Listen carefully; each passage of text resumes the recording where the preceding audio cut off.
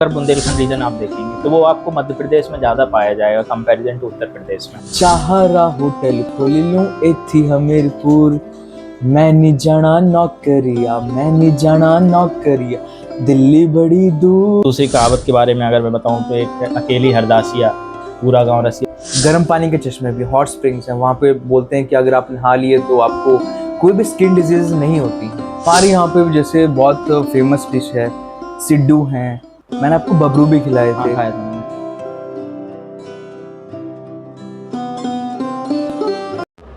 नमस्कार दोस्तों, आपका हिमाचली जर्नल चैनल पर बहुत स्वागत है। तो आज जो हम चर्चा करने वाले हैं दो कल्चर्स की, वो हिमाचल और बुंदेलखंड के कल्चर के बारे में। ये है हमारे दोस्त अंकित, जो मेरे साथ दिल्ली विश्वविद्यालय में पढ़ते हैं। अंकित, आपका मेरे चैनल पर बहुत स्वागत है। धन्यवाद। मैं बुंदेलखंड से हूँ और दिल्ली विश्वविद्यालय का छात्र हूँ, जैसा आपने बताया। बाकी मैं भारत के यूपी राज्य, डिस्ट्रिक्ट जालौन, तहसील उरई और कस्बा 8 है, छोटा सा कस्बा है, नगर पंचायत भी कह सकते हैं उसको, वहाँ से मेरी जन्मभूमि है, वहीं का मैं रहने वाला हूँ। अंकित, मैंने सुना है कि जो बुंदेलखंड का पार्ट है वो थोड़ा मध्य प्रदेश में भी आता है। हाँ। और थोड़ा यूपी में भी आता है।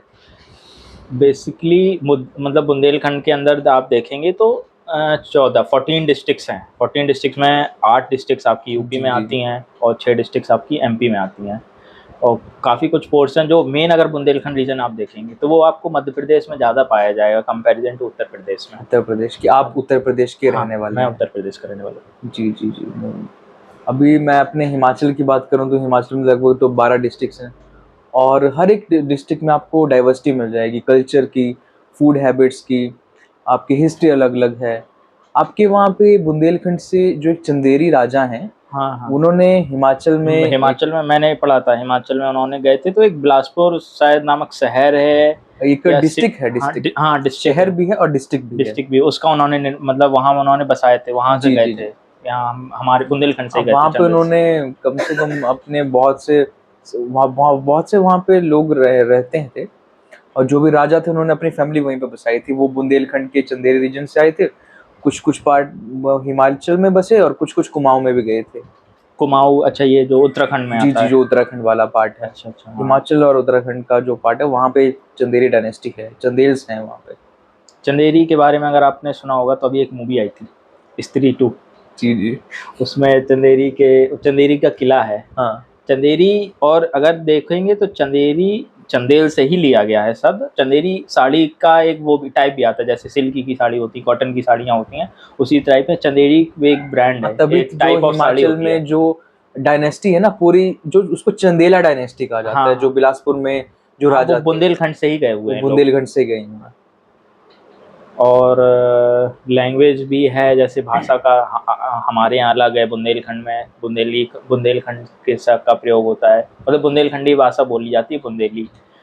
और तुम्हारे यहाँ भी मतलब हिमाचल में? नहीं, हमारे यहाँ पे पहाड़ी लैंग्वेज बोली जाती है। हर एक डिस्ट्रिक्ट में अलग अलग, जो यहाँ पे लिखित भाषा नहीं है, सिर्फ जो बोली है वही भाषा है। नहीं तो क्या मतलब डिस्ट्रिक्ट वाइज भाषा का भी डिवीजन है? हाँ, डिस्ट्रिक्ट वाइज डिवीजन है, लेकिन टच में डिवीजन है। जैसे कि अच्छा, एक्सेंट अलग होगा। हाँ, एक्सेंट अलग अलग होता है। अच्छा। भाषा पहाड़ी है। हाँ। लेकिन टच अलग अलग है। जैसे कांगड़ा में कांगड़ी बोली जाती है, वो कांगड़ा वाला टच होगा वहाँ पे। कुल्लू में कुल्लवी बोली जाती है, तो वहाँ पे कुल्लू का टच है। अच्छा, पंजाबी भी टच आता है शायद, क्योंकि मैं धर्मशाला गया था, मतलब एक 2000 साल भर से ज़्यादा हो गया, शायद 2023 में दाना हुआ था हम धर्मशाला में। तो वहाँ जहाँ हम लोग रह रहे थे, मतलब होटल लिया था, तो वहाँ पे हम लोगों को पंजाबी भी एक्सेंट मिला था। तो बताया लोगों ने कि शायद पठानकोट से कुछ लोग आए हुए हैं, जब मतलब नहीं, पंजाब के, हिमाचल का जो स्पेसिफिकली 3-4 डिस्ट्रिक्ट्स हैं, कांगड़ा डिस्ट्रिक्ट है, हमीरपुर डिस्ट्रिक्ट है, आपकी जो ऊना डिस्ट्रिक्ट है, और कुछ बिलासपुर का पार्ट भी है। वो पहले क्या था कि वो पंजाब के ही अंडर था। अच्छा। वहाँ पे आज भी आप देखेंगे कि पंजाबी जो है वो हिमाचल में है अभी भी, गुरुद्वाराज हैं, तो वो कल्चर इन्फ्लुएंस वहाँ पे है अभी भी। तो टच में जो है वो पंजाबी भी लोग वहाँ पे बोलते हैं, टच में आ जाती है। तभी भाई मैं पंजाबी, मतलब ये अलग हुआ है पंजाब से, पठानकोट वगैरह ये सब पंजाब में चले गए हैं, और हमीरपुर ये सब जहाँ से हिमाचल में अच्छा कार आउट हो गए हैं। ओके। जी, फूड का भी वहाँ पे रहता है बहुत। हमारे हिमाचल में भी अलग अलग डिश बनती हैं फूड की, और आपके वहाँ पे भी शायद बहुत डाइवर्सिटी है इसमें फूड की खाने में। डाइवर्सिटी तो खैर हर ही जगह होगी, मतलब अगर आप देखेंगे तो हर 50-60 किलोमीटर पे हर जगह भाषा की डाइवर्सिटी, फूड की डाइवर्सिटी। तो हमारे यहाँ बेसिकली मतलब मैं बताऊँ तो भट्टा ककरियाँ का बहुत ज़्यादा वो रहता है। भट्टा करिए। हाँ, भट्टा बेसिकली बैगन जो होता है, हमारे यहाँ ग्रीन बैगन आते हैं। हाँ। अगर तुमने मतलब देखा होगा तो हाँ, तो आपने मुझे खिलाई भी थी अभी हाँ, थोड़े दिन पहले। जो मैं घर से लेके आया था, जी, जी, तो जी। वो भट्टा बैगन को बोलते हैं। यहाँ दिल्ली में जैसे अपन लोग रह रहे हैं तो वहाँ पे पर्पल्स बैगन मिलते हैं, तो हमारे यहाँ ग्रीन बैगन आते हैं जो जो प्रॉपर। सब्जी जो आपने बनाया था वो जो लाए थे आप, हाँ, वो ग्रीन बैंगन की। वो ग्रीन बैगन का ही था। ग्रीन बैगन मैं लेके आया था, उसमें कांटेदार बैगन होते हैं, वही देसी बैगन होते हैं। तो जो गकरियाँ होती हैं वो बेसिकली हम लोग मतलब आटा गूंद हाथ से बनाई जाती हैं। वो उसकी खास बात ये होती है वो कोयले पे सेकते हैं उसमें, और कुछ मतलब जो चूल्हे की रोटी होगी वो अगर आप खाओगे तो उसमें टेस्ट ही अलग होता है। हमारे यहाँ पे भी जैसे बहुत फेमस डिश है सिड्डू। सिड्डू बहुत फेमस है। सिड्डू के साथ साथ बबरू बहुत फेमस। बबरू का मैं आपको बताऊं तो जैसे शादी होती है, कोई त्योहार होता है तो बबरू जरूर बनते हैं। सिड्डू तो खैर फेमस है ही। और पटांडे एक मैंने यूट्यूब वीडियो है आपको बता दूं, तो वो भी बहुत फेमस वहाँ पे हिमाचल में डिश है। हिमाचल में मैं आपको बताऊं कि टूरिज्म का भी बहुत वहाँ पे रहता है। मनाली में आप घूम सकते हैं, मणिकरण में घूम सकते हैं, बहुत से मतलब आपको हर एक जो हिमाचल की जगह है वहाँ पे टूरिज्म के लिए। तो हिमाचल, क्योंकि हमारी जो इकोनॉमी है वो टूरिज्म बेस्ड ही इकोनॉमी है। हिमाचल का जो इकोनॉमी है वो टूरिज्म से ही चलती है। तो टूरिस्ट डेस्टिनेशन जैसे मैं आपको बताऊं कि मनाली बहुत फेमस है। मनाली में specifically Hidimba temple, Hidimba temple, हाँ, वो बहुत फेमस है। मणिकर्ण में गर्म पानी के चश्मे भी, हॉट स्प्रिंग्स हैं वहाँ पे। बोलते हैं कि अगर आप नहा लिए तो आपको कोई भी स्किन डिजीज नहीं होती हैं। और वहाँ पे गुरुद्वारा भी है। इंडिया की तो एक यही मतलब एक मुझे बात अच्छी लगती है कि इसमें रीजन में भी डाइवर्सिटी है, कल्चर में डाइवर्सिटी तो है ही, और रिलीजन में भी डाइवर्सिटी है। हाँ वो तो है। मैं एक तरफ गुरुद्वारा है, साथ में मंदिर है। हाँ, मैं हिडिंबा टेम्पल तो नहीं गया हूँ, लेकिन धर्मशाला गए थे जब हम, तो धर्मशाला के पास में कांगड़ा में जो ज्वालामुखी मंदिर है वहाँ मेरा जाना हुआ था। और धर्मशाला में बताऊँ वो क्या कहते हैं, फाक्सुनाथ फॉल है। एक भागसूनाथ है। हाँ, फाक्सुनाथ फॉल है, वहाँ पे वाटरफॉल काइंड ऑफ है वहाँ। मतलब एक वहाँ पे वो भी था धर्मशाला में, हम लोग वहाँ भी गए थे। ये तुम्हारे दलाई लामा का जो मंदिर है, हाँ हाँ, वो जो उनको जो असाइलम मिला था, हाँ वो वो शायद तिब्बत जब चाइना ने कब्जा लिया था, हाँ हाँ, तो वो वहाँ पे शिफ्ट हो गए थे। वो अभी भी वहीं पे रहते हैं। तो वो धर्मशाला ही में रहते हैं ना। हाँ, धर्मशाला में क्योंकि रहते जहाँ हैं। हम लोगों ने होटल लिया था तो वो नियर बाय था, वहाँ सब दिख रहा था। वहाँ वहाँ पे हम हाँ, लोग, वो वहाँ पे मोनेस्ट्री है ना। हाँ भाई, वही तो बुद्धिज्म धर्म भी वहाँ पे है। वहाँ गए थे। फाक्सुनाथ टेम्पल जाना हुआ था, वो अच्छी जगह थी धर्मशाला में, और इतना समय था नहीं धर्मशाला में तो त्रिउंड ट्रैक है, और भी काफी फेमस जगह है। भागसूनाथ है, हाँ फाक्सुनाथ, दलाई लामा की मोनेस्ट्री है, और वहाँ पे जो इंडिया का सबसे ब्यूटीफुल जो क्रिकेट स्टेडियम भी है, हाँ धर्मशाला स्टेडियम। वो तो देखा था हमने, ऊपर पहाड़ियों से देखा था, काफ़ी अच्छा दिखता है। हाँ, काफी अच्छा लगता है वहाँ पे। और ये तुमने बताया अपने हिमाचल में टूरिज्म के बारे में, पर्यटन स्थल ऐसे ही मतलब बुंदेलखंड में भी है। बुंदेलखंड बेसिकली जो मैंने पहले बताया तुमको कि यूपी में भी आता है, एमपी में भी आता है। तो यूपी में जैसे चित्रकूट के बारे में सुनोगे, चित्रकूट, चित्रकूट बहुत फेमस हाँ, है। चित्रकूट में भगवान श्री राम की मोस्टली उनका जो 14 वर्ष का वनवास था वो उनकी वन स्थली कहा हाँ, जाता ये है। रामायण में भी शायद इसका हाँ, वर्णन है। वर्णन है उसमें। मतलब मोस्ट ऑफ द टाइम उनका जो था वनवास का, उन्होंने चित्रकूट में ही किया था। और एमपी में अगर बात करूँ तो खजुराहो में जो मंदिर हैं उनकी जो नक्काशी है, जिस तरीके से वो उनकी बनावट है, उसके लिए वो फेमस है। इसको जो यूनेस्को हेरिटेज साइट भी है खजुराहो। यूनेस्को, हाँ, और और शायद एएसआई के अंडर है, आर्कियोलॉजिकल हाँ सर्वे ऑफ इंडिया हाँ, के। उसके अंतर्गत आता है ये। और मध्य प्रदेश में एक जगह पन्ना डिस्ट्रिक्ट है, पन्ना डिस्ट्रिक्ट है जो मतलब डायमंड माइन भी है, हीरे की खदान जिसको कहा जाता है। मतलब अगर इंडिया में तुम देखोगे तो सबसे ज़्यादा पन्ना में पाए जाते हैं। अच्छा, ये भी बहुत अमेजिंग है ना कि यूपी में भी हमीरपुर है, हिमाचल में भी हमीरपुर है। हाँ, तो ये बहुत तो अच्छा एक यूनिक शहर तो ये है कि बहुत सारे, मतलब मैं अभी राजस्थान बीच में जाना हुआ था तो बहुत सारे शहर ऐसे गांव हैं जो हमारे यहाँ भी हैं, और वो रास्ते में भी हमको मिले थे, बहुत सारे हैं। नाम सेम है। नाम सेम रहते हैं, तो अब तो खैर रहेगा ही। और छतरपुर के बारे में अभी तुम जानोगे तो जो हमारे धीरेन्द्र शास्त्री कथावाचक आजकल बहुत फेमस हो रहे हाँ, हैं। बहुत फेमस है उनका, हाँ, तो वीडियोस काफी वायरल होती रहती हाँ, हैं। तो वो छतरपुर के पास एक गड़ा गांव है, वहाँ पे अगर तुम आज से 10 साल पहले अगर देखोगे, 10 साल पहले कुछ भी नहीं था, नॉर्मल हनुमान जी का मंदिर था, और वहाँ से उन्हीं ने फेमस करा है वो शायद। उन्होंने ही फेमस किया है। अगर पिछले 10 साल में हम, पिछले 8 साल भी अगर हम देखेंगे तो उसके, जैसे हम लोग बैठे हैं 1 टू 1 बात कर रहे हैं, ऐसे हम उनसे बात करते थे। आज की डेट में उनसे ये हो गए, इतना फेमस हो गए हैं वो कि हम लोगों को, लोग जाते हैं हमारे यहाँ से तो बहुत लोग जाते हैं। अभी रिसेंटली शायद प्रधानमंत्री ने भी वहाँ पे संबोधन करा था और हाँ, छतरपुर को बहुत सी बातें करी थी कि हम उनको ये उसमें ये ज्योग्राफी में ये सुधार करेंगे, शहर में ये उसका ब्यूटिफिकेशन करेंगे।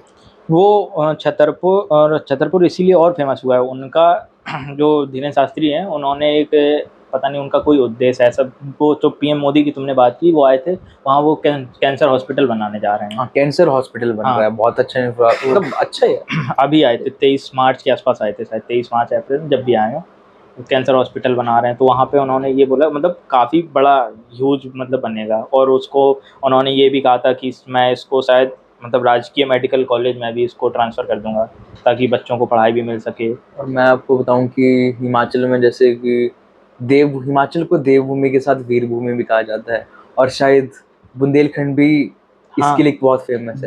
वीरभूमि में मैं आपको रानी लक्ष्मीबाई के बारे में सुना जी होगा। जी, वो वहीं से हाँ, बुंदेलखंड रीजन से ही बुंदेलखंड थी। से ही आती हैं, उनका जन्म मतलब वहीं बुंदेलखंड से ही हुआ है। झांसी में जो किला है वो उन्हीं के नाम से फेमस है, रानी लक्ष्मीबाई के नाम और से। मैं हिमाचल में बताऊं तो हिमाचल में बहुत से लोग आर्मी में हैं। आपको बताऊं जो विक्रम बत्रा हैं, सौरव कालिया हैं। अच्छा, विक्रम बत्रा जो मूवी आई थी, मूवी, हाँ, मूवी शेरशाह, में जो उन्हीं, बताए थे हाँ हाँ, वही कैरेक्टर जो है, अच्छा हिमाचल पालमपुर से हैं वो। अच्छा। तो पालमपुर हिमाचल, ये हिमाचल में आता है? जी जी जी, हिमाचल में आता है। लेकिन तो उनका जो मैंने मूवी में देखा तो उनका एक्सेंट तो वो पंजाबी रहता है। हल्का पंजाबी नहीं, उनका जो वाइफ है वो पंजाबी है। अच्छा, विक्रम बत्रा पंजाब से नहीं था? विक्रम बत्रा हिमाचल से। अच्छा, वो हिमाचल से है। हाँ, आपको पता होगा कि हिमाचल में तो देखो, अब मेरे दादा जो हैं वो आर्मी में थे, मेरे पापा के ताऊ जो है आर्मी में है। हिमाचल और उत्तराखंड की एक स्पेसिफिक बात है पहाड़ों में कि आपको हर एक घर में आपको कोई ना कोई आर्मी से मिल जाएगा।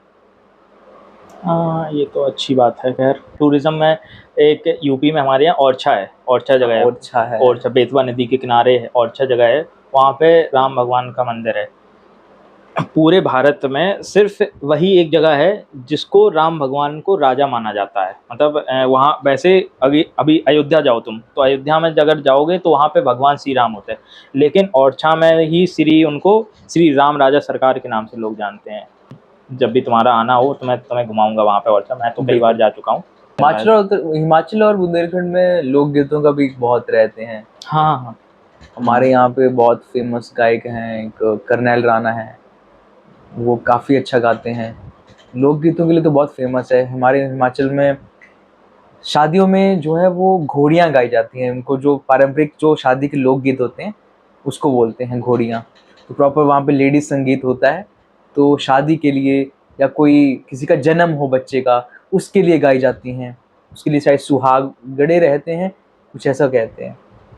गाने का तो हमारे यहाँ भी बुंदेली गीत होते हैं, और मतलब आगे आज के नई जनरेशन काफ़ी है हमारे यहाँ से गायक। अभी जो मतलब इतना मैं नहीं सुनता था, अभी रिसेंटली पिछले कई महीनों से कविता शर्मा एक हैं, छतरपुर के पास से ही कोई सिंगर है, वो अच्छे गाने गाती हैं, वो काफ़ी फेमस हुई हैं वहाँ से, बुंदेली सॉन्ग्स गाती हैं, और शादियों में भी बुंदेली गाने बजते हैं। हमारे जो प्रदेश हैं वो जो है गाने के लिए बहुत फेमस हैं, कहावतों के लिए बहुत फेमस हैं।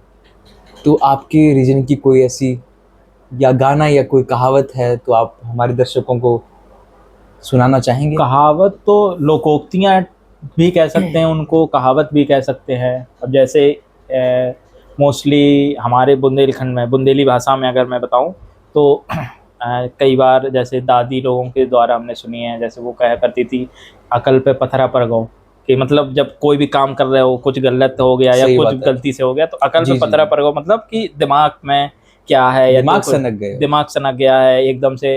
आज के शब्द में एरोगेंट टाइप का वो है।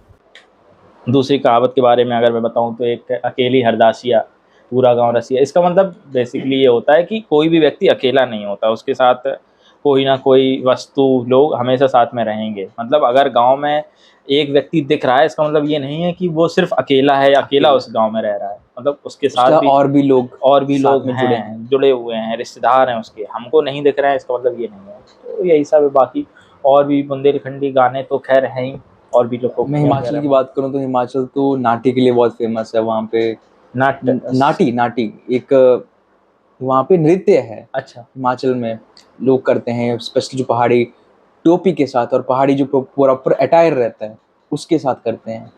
और मैं आपको एक अभी एक गाना सुना देता हूँ हिमाचल में, मैंने उसको मॉडिफाई किया है, हालांकि जो धुन है वो उत्तराखंड की है, अच्छा, तो मैंने उसको अपने तरीके से मॉडिफाई किया, तो मैं आपको वो सुनाना चाहूँगा। बिल्कुल बिल्कुल। चाहरा होटल खोल लूं इत्थी हमीरपुर, चाहरा होटल खोल लूं इत्थी हमीरपुर, मैं नी जाना नौकरिया, मैं नी जाना नौकरिया, दिल्ली बड़ी दूर, दिल्ली बड़ी दूर, चाहरा होटल खोल लूं इत्थी हमीरपुर, चाहरा होटल खोल लूं इत्थी हमीरपुर। बहुत बढ़िया।